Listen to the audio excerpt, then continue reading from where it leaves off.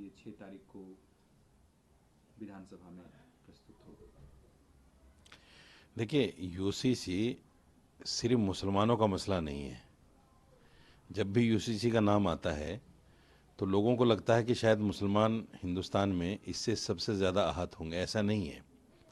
UCC एक ऐसा मसला है, जितने भी हिंदुस्तान में धर्म और पंथ हैं उन तमाम को ये कहीं ना कहीं अटैक करेगा, क्योंकि सबके अपने लॉज हैं।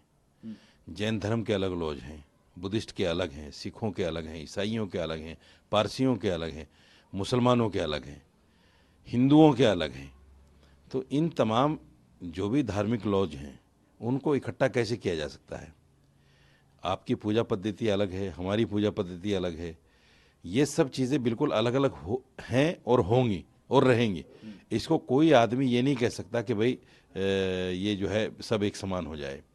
कुछ चीज़ें ऐसी हैं, अब देखिए जैसे क्रिमिनल केसेस होते हैं वो सबके लिए बराबर हैं। सिविल में आप चले जाइए कोर्ट में, सबके लिए केस बराबर है। तो कॉमन सिविल कोड लाकर ये बताना और जताना क्या चाहते हैं? मैं आपके चैनल के माध्यम से मुसलमानों से एक अपील ज़रूर करना चाहूँगा, और वो अपील ये है कि अब मुसलमानों को संवैधानिक तरीके से बाहर निकलना पड़ेगा।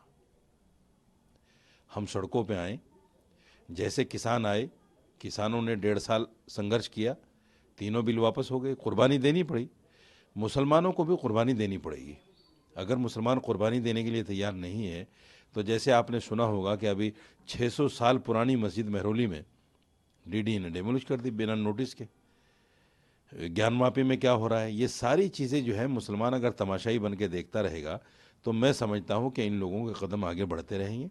इसलिए मुसलमानों को संवैधानिक तरीके से, मैं ये नहीं कह रहा हूँ कि देश में कोई इस तरह की स्थिति उत्पन्न हो जिससे किसी का नुकसान हो या सरकारी संपत्ति को नुकसान पहुँचे, सिर्फ इसलिए कि हम जो हमारा जो संवैधानिक अधिकार है हम सड़कों पर निकलें और सरकार के खिलाफ हम सामने आएँ और आकर ये बताएं और जताएं कि अगर हमारे धर्म पर किसी तरह का कोई अटैक करने की कोशिश की गई तो मुसलमान अब खामोश नहीं रहेगा। सर, क्या आप इसका विरोध करते हैं?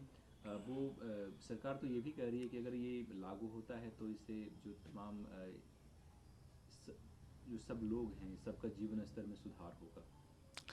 जीवन स्तर में जितने भी कानून ये अब तक लेकर आए हैं, किसी एक कानून का बताइए जिससे जीवन स्तर में सुधार हुआ हो। नोटबंदी से लेकर 370 से लेकर और जितने भी ये लेकर आए हैं, ट्रिपल तलाक वगैरह, क्या ट्रिपल तलाक ख़त्म हो गई? ट्रिपल तलाक अभी अभी भी जारी है, अभी भी वो केसेस आ रहे हैं थानों के अंदर, कोर्टों के अंदर। तो ये सारी चीज़ें कह देना कि साहब इससे जीवन में सुधार होगा। सबसे बड़ा सुधार सरकार का ये है कि सरकार जॉब दिलाए लोगों को। जो बच्चे घूम रहे हैं पढ़ने के बाद भी उनको जॉब नहीं मिल रही है। लोगों के कारोबार आपने नोटबंदी की वजह से ख़त्म कर दिए। तो ये जो सारी चीज़ें, सरकार का काम देखिए क्या होता है कि लोगों को रोज़ी रोटी देना। ये सरकार रोज़ी रोटी पर ध्यान नहीं दे रही है। ये सरकार लोगों की रोज़ी रोटी छीन कर और उनको धर्म का नशा देकर एक दूसरे के साथ लड़ाने का काम कर रही है। उत्तराखंड के बाद अब आसाम और गुजरात में भी इसको जल्द ही लागू करने का सोच रही है। मैंने इसीलिए कहा कि देखिए मैं तो क्योंकि मैं मुस्लिम हूँ, मुस्लिम धर्म गुरु हूँ, तो मैं मुसलमानों से अपील कर सकता हूँ। हालांकि तमाम धर्मों को, जितने भी धर्म हिंदुस्तान में हैं, उन तमाम धर्म के लोगों को अब साथ आना पड़ेगा, निकलना पड़ेगा सड़कों पर इस सरकार के खिलाफ। आज यूसीसी लाकर ये हमें ये बताना और जताना चाह रहे हैं कि देखो अब आने वाले टाइम में हम जो भी करेंगे आप उसको हमें मना नहीं कर सकते, हम बिल्कुल आज़ाद हैं। और ये कर भी रहे हैं उसी तरीके से।